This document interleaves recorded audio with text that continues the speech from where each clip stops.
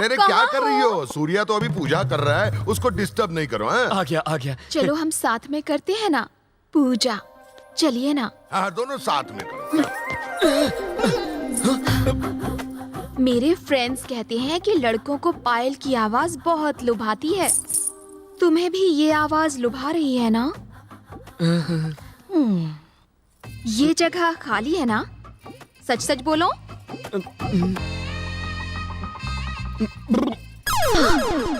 सुनकर बड़ा अच्छा लगा।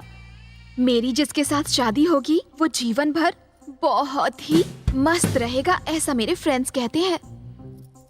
आपको भी ऐसा लगता है ना? ये क्या है? बुकिंग है। बुकिंग? मेरे पापा ने ये हमारी एंगेजमेंट के लिए खरीदी थी। आपको एकदम फिट आई है ना? आपके हाथ में बांधने से समझो हमारी आधी शादी हो गई। अब मैं पूरी तरह से कोऑपरेट कर सकती हूँ। करूँ क्या? करवा लो। मैं कुछ नहीं कर सकता, अभी मैं छोटा बच्चा हूँ। ये क्या बच्चों जैसी बातें कर रहे हो? तुम्हें तो शादी के बाद धड़ाधड़ बच्चे पैदा करने हैं। हमें पूरी की पूरी क्रिकेट टीम बनानी है। हाँ। अच्छा। आप कुछ बात क्यों नहीं कर रहे हो? जब भी आपका मन हो नीला आवाज लगा देना, मैं फौरन चली आऊंगी। ठीक है ना जानू? ये तो गले ही पड़ गई। देखो देखो देखो, तुम जैसा सोच रही हो वैसा बिल्कुल नहीं है। क्या नहीं है? उसने बुकिंग करती, कोऑपरेट करती है, पायल की आवाज सुनाती है, और बाकी क्या रह गया? अरे वो तो पागल है, उसका सिर्फ फिगर अच्छा है, बाकी दिमाग से पूरी पैदल है। पर तुम तो फास्ट हो ना? हे भगवान, मैं?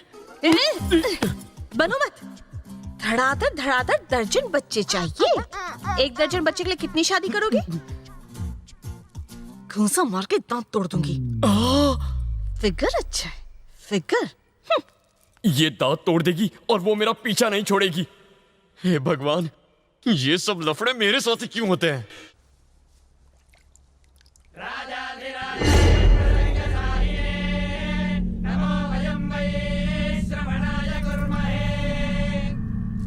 महाराज, संक्रांति आ गया है, युद्ध का आमंत्रण भेजना है कि नहीं? राजकुमार सूर्या,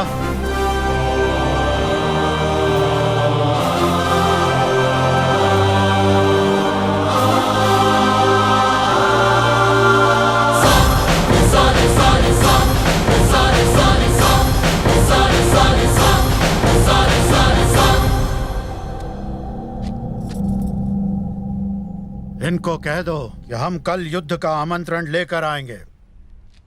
मैं कल युद्ध का आमंत्रण स्वीकार करने आऊंगा। दीर्घायुष्मान भवा।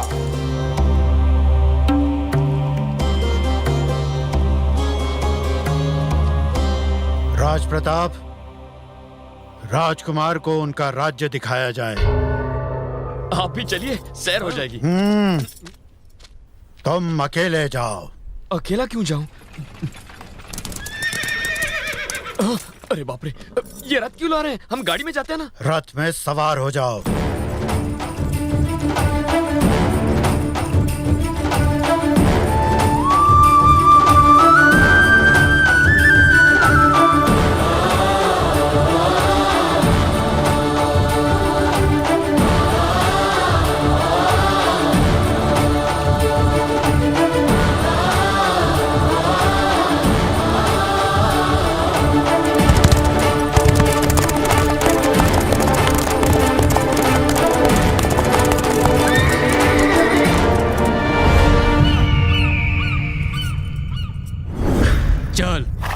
आगे चल, आगे बढ़, जाओ।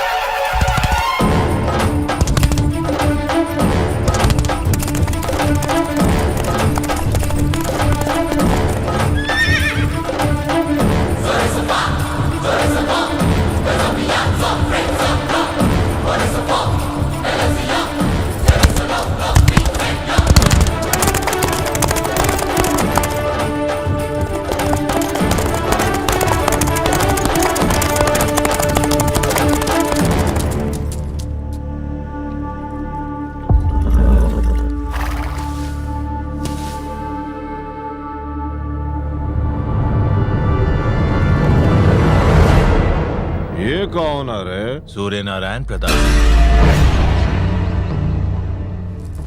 इसको मरने की जल्दी है का? मूंछों को ताव और जंगा पर थाप दे। जांग पर थाप मारूं? लेकिन क्यों? दुश्मनों को ललकारने की ये हमारी परंपरा है। ये कैसी परंपरा है? तो हर जंगा की थाप से दुश्मनों के पैर कांप जाने चाहिए, उनकी दिल की धड़कनें बंद हो जानी चाहिए। उन्हें ललकारो। करता हूं ना, इतना गुस्सा क्यों करते हो?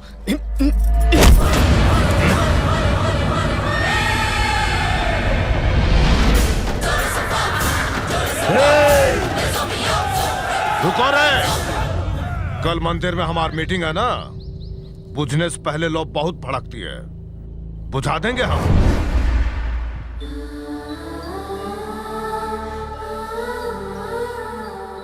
सूर्या को दे दो।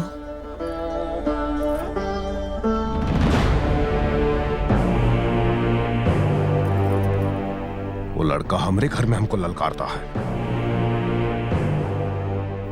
उसका कटा सिर चाहिए हमको।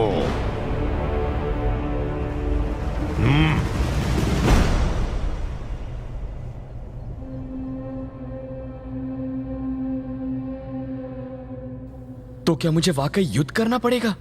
आज ही के दिन के लिए तुम्हें 25 साल तक छुपा कर पाला गया था।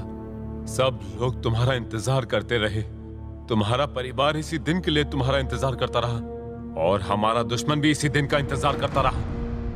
मेरे पिताजी इस युद्ध में मारे गए, मुझे ना मार दें इसलिए इतने साल तक मुझे लड़कियों के कपड़े पहना के रखा गया। एक औरत के रूप में इतने सालों तक हम इस घर की रक्षा करते रहे तुम्हारे इंतजार में। इस महल के लिए, इस खानदान के लिए तुम्हें लड़ना ही होगा। लेकिन भैया ये सही कह रहे हैं।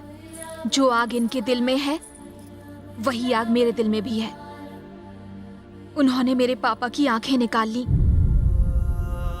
वो अपनी आंखों से भले ही अपने दुश्मन को मरता हुआ ना देख सके, पर उनके मरने की चीखें तो सुन ही सकते हैं।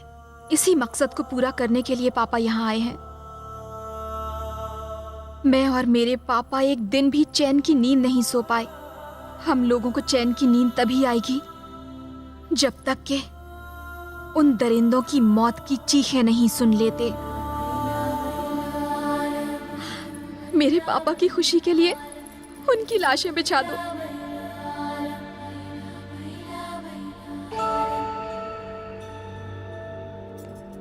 मैं बस अभी आया। सुनो, मुझे तुमसे कुछ कहना है। मैंने तुमसे झूठ कहा था। मैं यहां का राजकुमार नहीं हूं। तुम्हारा प्यार पाने के लिए मैंने इनसे मुझे गोद लेने को कहा। मैं ही तुम्हें यहाँ लेकर आई हूँ। क्या? हाँ सूर्या, दूसरे अनजान लोगों की जान बचाने के लिए अपनी जान की बाजी लगाते देखा तुम्हें, तो मुझे लगा तुम यहाँ के लोगों को भी बचा लोगे। तुम्हारे जीजा जी को गर्व है अपने पिता की शहादत पर, नीला को अभिमान है अपने पिता के बलिदान पर,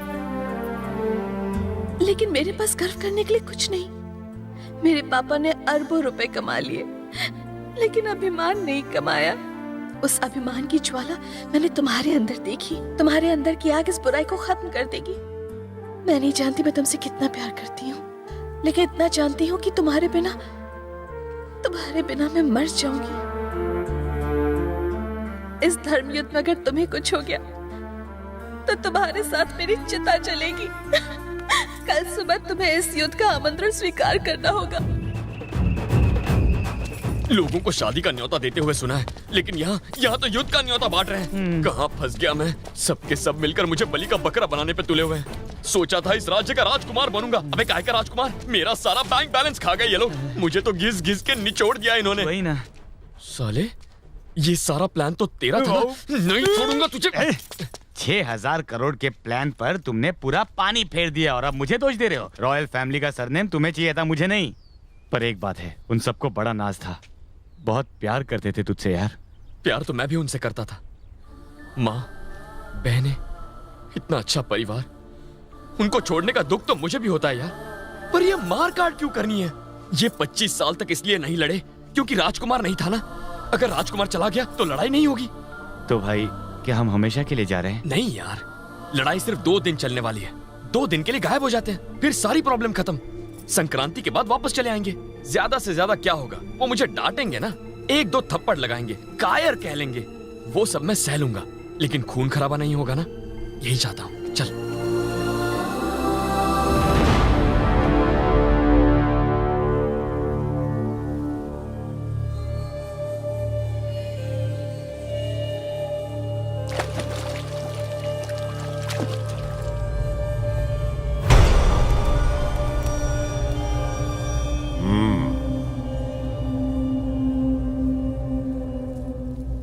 पुजारी, वो लड़का काहे नहीं आया युद्ध करने के लिए?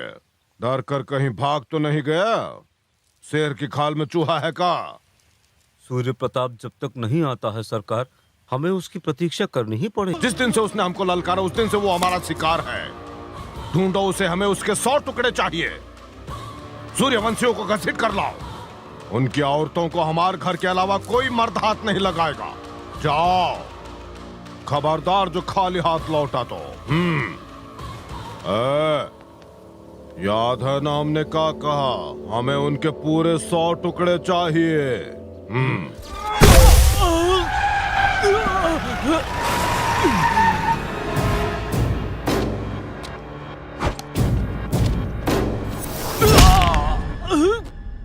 तेरी हिम्मत कैसे हुई हमको ललकारने की?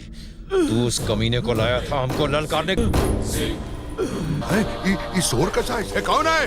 माँ का दूध पिया है तो सामने आओ। पापा! ये तो अन्याय है।